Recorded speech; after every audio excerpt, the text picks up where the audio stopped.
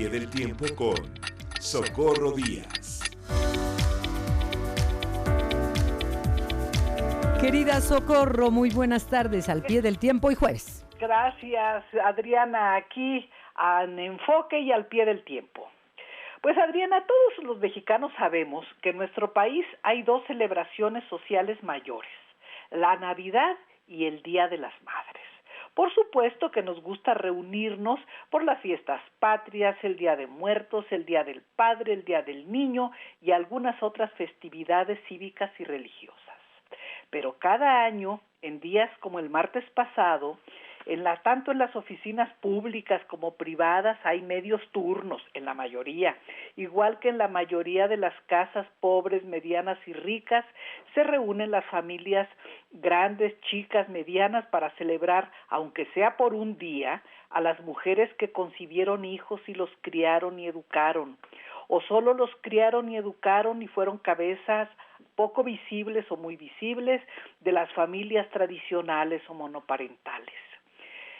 Quienes ya no tenemos la fortuna de convivir con nuestras madres, las recordamos con amor y gratitud, porque nos dieron mucho, aunque por razones generacionales e históricas no hayan ellas recibido las oportunidades personales y los reconocimientos públicos que merecían.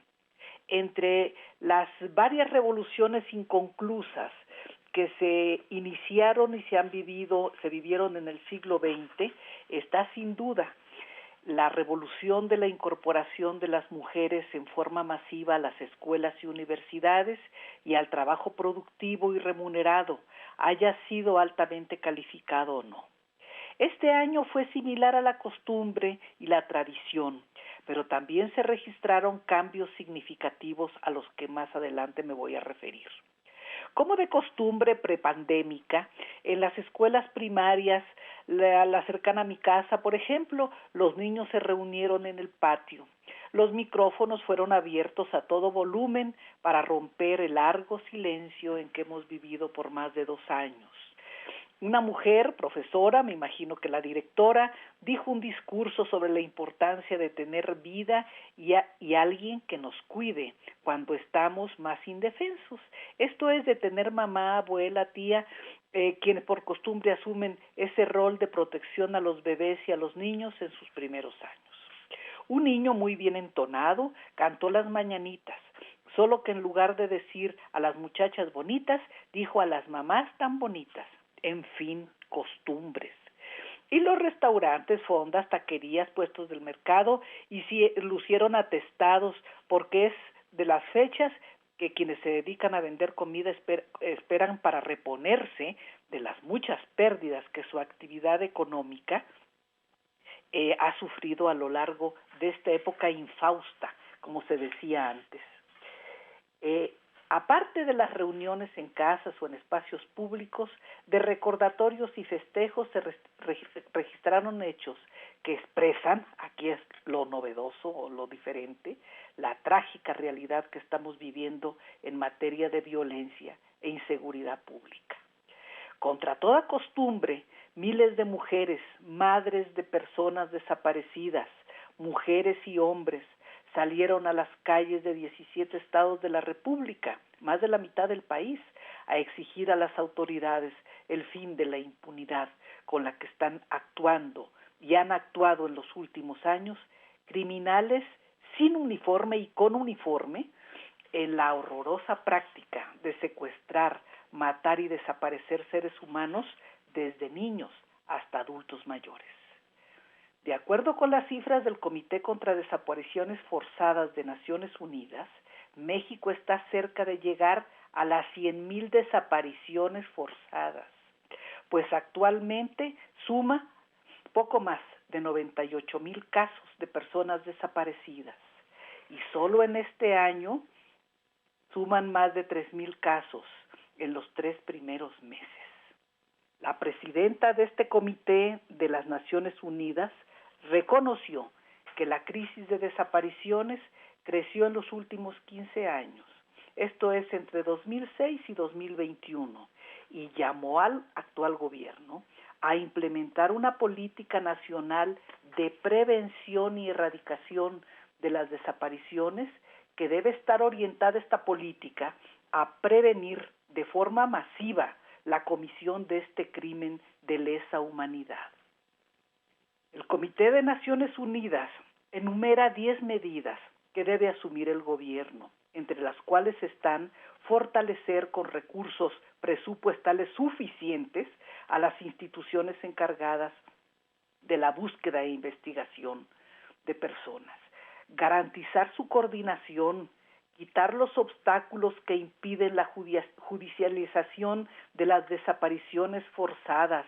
Es frecuente que las personas vayan a los ministerios públicos y quieran levantar un acta de desaparición y les salgan con chistes vulgares e inhumanos, como, ay señora, no venga a decir que su marido, que es taxista o que era taxista, se desapareció, se ha de haber ido con otra al otro lado. No. Canalladas de esa naturaleza. Sí, es una canallada de la falta de capacidad de todos los gobiernos, de todos los niveles, para capacitar precisamente a esa gente. A esa gente. Y luego también si denuncian la ida de un hijo, la desaparición de una hija, etcétera. Bueno, Naciones Unidas recomienda atender la crisis forense en la que estamos viviendo. Es increíble que una mujer desaparecida en Colima, joven de 20 y tantos años, haya sido llevada a una fosa común a los 3 meses y su madre se entere que su hija está muerta 2 años más tarde.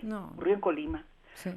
Reconocer el papel de las víctimas y atenderlas, sus necesidades de atención y protección también es otra recomendación.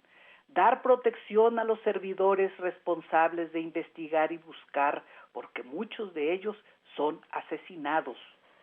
Las madres que buscan a sus hijos y los funcionarios por buscar seres humanos desaparecidos también son asesinados. Estos son algunos de sus puntos básicos. Y algo que de manera personal exijo: debe desplegarse una campaña masiva de comunicación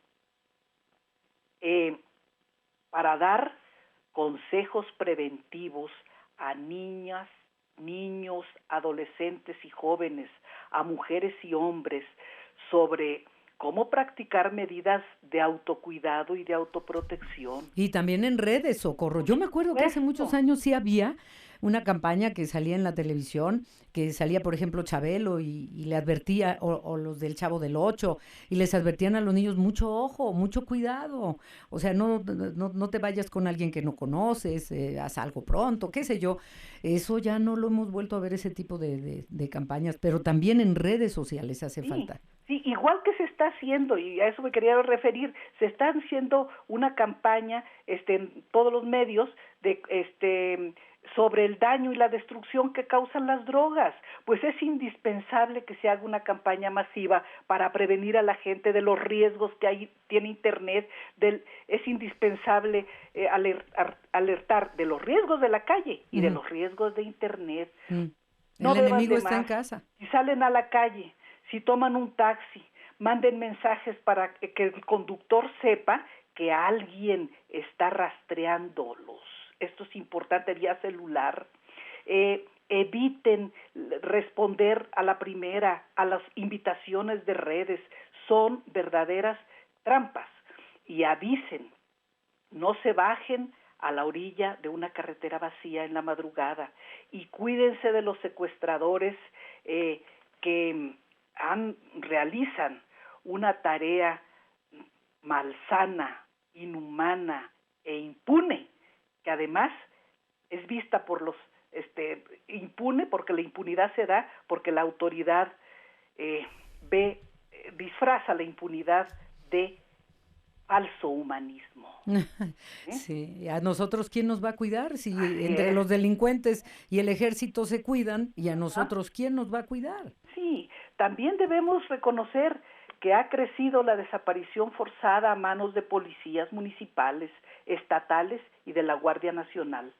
A los culpables, no quiero que los maten y los torturen como ellos hacen con la gente que es su víctima, ¿no? Todos queremos que los arresten, que los sometan a proceso. Nadie puede ni debe obedecer una orden criminal aunque venga de arriba, y porque el principio de aquel viejo principio de los años 70 y 80 de la obediencia debida se acabó, está prohibido por Naciones Unidas. Uh-huh. En México se han registrado, como he dicho, casi 100,000 casos, 300,000 desapariciones en 3 meses que configuran una terrible realidad.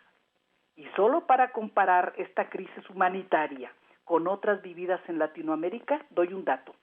En los amargos años 70, las dictaduras militares encabezadas por el general Videla en Argentina desapareció a 30,000 personas, en mayoría activistas y militantes políticos.